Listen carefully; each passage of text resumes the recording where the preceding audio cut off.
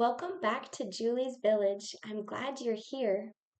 As a reminder, if you would like more information or to be added to my waiting list for receiving consulting or coaching like services for your individual situation, please feel free to reach out to me at juliesvillage@gmail.com. Julie's does not have an apostrophe. I'm going to continue with the topic of supporting children with their behavior needs. As we talked about in previous episodes, there's lots of different ways to gather information to see what is behind behavior, what is the purpose of the behavior. You've probably heard the expression, an ounce of prevention is worth a pound of cure. That is so true when it comes to addressing behavior for children. There are lots of times when you can start to pick up on patterns of things that will cause what we often refer to as a meltdown. A lot of times for children and students, we can see that they will have something that triggers them, and then there's like this slow build. They continue to get more and more upset until it gets to that point of a what we would call a full-blown meltdown, whatever that looks like for your particular child or student. Um, but there are some that also will go from being triggered to that complete meltdown just really, really fast. We're going to address today what can we do for those children that we are able to work with them for a little bit. There's this slower build, and so there is time to work with them.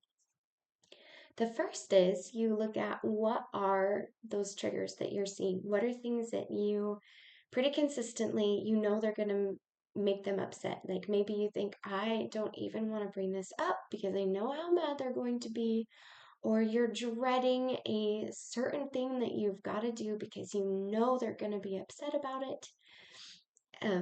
There's things that you can do to help your students. Some of them, or your child, some of them I've addressed just briefly in previous episodes or shorts, and we'll dig into that a little bit again today. Some of these ideas might be completely new to you. So some of the main triggers that I have seen, and these might ring true to your family or your situation, or you may have seen some others, but some of the big ones that I've seen are being told no, being told that they need to wait for something, a transition, usually either or both, away from a preferred activity and to a non-preferred activity. Again, either one of those or both of those together can be a big trigger point. Or being approached by a person or being around a thing that they don't like.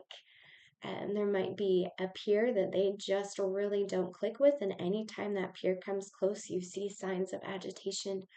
Or perhaps they really don't like when things are loud or too quiet or certain sounds, or it might be that there's certain textures that they don't like.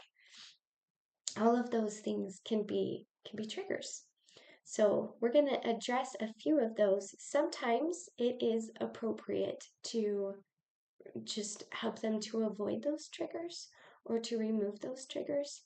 But a lot of times they are just going to be part of your child's life. And what we need to do is help them to know, how do I handle it when these things happen?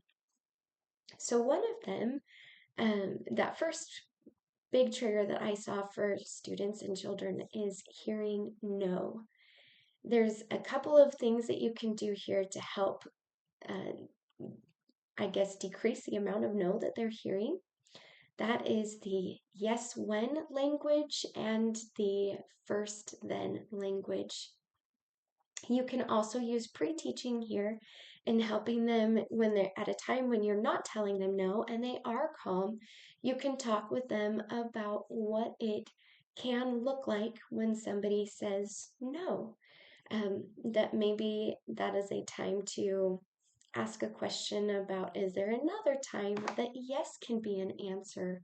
Or some of that self-talk, like telling themselves, oh, I'm disappointed, but I'll find something else I want to do. So helping them just kind of have some of those preemptive strategies, so when they hear the word no, they have some things that they automatically tell themselves to replace that anger. Using yes when, sometimes we as parents and adults say no when what we really mean is not right now. So if not right now is the answer, you can use yes when. So telling them, for instance, like maybe now is not a good time because it's almost time for dinner. So saying yes, when we're done with dinner, we can do that. Um, Again, that helps remove the no. Or the first then. For instance, if there's something that they really want, but there's something you need to see done first, you could say, for instance, um, first clean up your room, then we can watch that show. The next one is wait. It can be really hard for all of us, but especially children, and especially children who have difficulty regulating themselves when they hear that they have to wait for something that they really want. It isn't time yet, it isn't available yet, you're not able to stop and set it up for them yet, whatever it is, and they've got to wait. I had an assistant that I loved watching work with one of my students on this. He was nonverbal and he really struggled with the idea of waiting. And so she started building waiting times into his day purposefully. There'd be something that he really desired, and she would show him on his picture schedule that it was coming, or on his talking device. She'd let him know it was coming, and then she would sign wait to him, but then she would immediately put in front of him a preferred task. So helping him to associate waiting with something more pleasant. And as she did that, his responses to the sign wait really decreased his negative responses. So his signs of frustration or upset. The more that she did that, the better that he got at responding to that idea of wait. Transitions again are a big one, having to move from something that is less preferred to something that is more preferred to something that is less preferred. This is one where probably my biggest strategy was to do pre-teaching. So before I even gave them the preferred activity, I would talk with them about what it would look like when it was time to be done. I would let them know exactly when that would be. If it was an amount of time or after something was completed or whatever it was. For instance, if we were playing a game, saying we will play one round of this game, or we will play, you'll be able to play with the blocks for 20 minutes, whatever it was. And then I would let them know what was coming after. And oftentimes, if they've earned something, there would be an earned break and then a return to work. Sometimes what I would do is I would put a transition for the transition in. So I might ask them to stop that really preferred activity and come to a still a preferred activity, less preferred than what they had earned, but more preferred than working before we would return to work.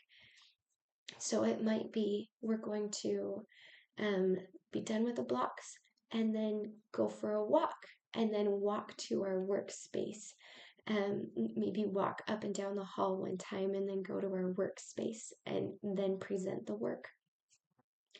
When I would do the pre-teaching, I would let them know something that usually I would build in some kind of reinforcement. So maybe I would add on an extra minute to their next break time if they completed the transition well. And that often would be reinforcing enough that they would make that transition. So again, both of those things can be a trigger point, but helping them know what I expected it to look like and what they would get from it if it looked like what I expected it to look like and if I needed to, building in transitions. So that maybe some sensory time, some sensory movement, or just some movement activities in general before returning to work. This can also be done in some of those home settings too, some of those non-preferred. Some of the most difficult, I think, are sometimes those where there can't be any immediate follow-up after. For instance, bedtime and those bedtime routines. If your child can wait this long, you can set up things that, yes, we're done watching the show now and we're going to bed. You could put show and then a story and then bedtime. Some people have a whole routine of story, song, then bed, or song and story and then bed. If they can wait for this amount of time, you could tack something onto the quiet down routine before bed the next day. For instance, if they go right to bed when you say it's time, you'll add a second story for the next night. Or maybe they can have 10 extra minutes of their show time the next night. Or maybe there's something first thing in the morning that can be presented to them, a favorite cereal, or doing an activity right before they, or right when they wake up before you start that getting ready for school time, or at the end of getting ready for school time before it's time to catch the bus. Maybe one of their favorite things can be built in. Those are some things that you might try. Another thing is that person or thing that they don't like, something that when that enters their space, that you see that anxiety or agitation start. You can probably, one of the best things here again is that pre-teaching, but in this case maybe pre-teaching some coping skills or strategies. For instance, if they don't like loud noises, if they have some noise canceling headphones that they will tolerate and are willing to wear, you can help them to know how and where to access those if there's a loud noise. If it's a person that enters their space that they don't prefer, you can teach them something like walking away, certain phrase to say to them, like, "Can I please have my space?" Things like that, to help them to be prepared. So when those things do happen, again, they have a replacement behavior to use instead of getting agitated, yelling, running away, whatever it is. If you have some ideas of things that can be triggering or some strategies to either add to what has been discussed today or some of your own strategies, I invite you to leave those in the comments. If you have other topics that you would like to see addressed in future episodes, or people that you would like to see on, or if you have specific questions that you would like to have addressed, please feel free to leave those in the comments as well. If this information has been helpful to you, I invite you to like, share, subscribe. That helps make this channel more accessible to others and helps to spread the word to those who might need it. Thank you so much for being here, and we'll see you next time.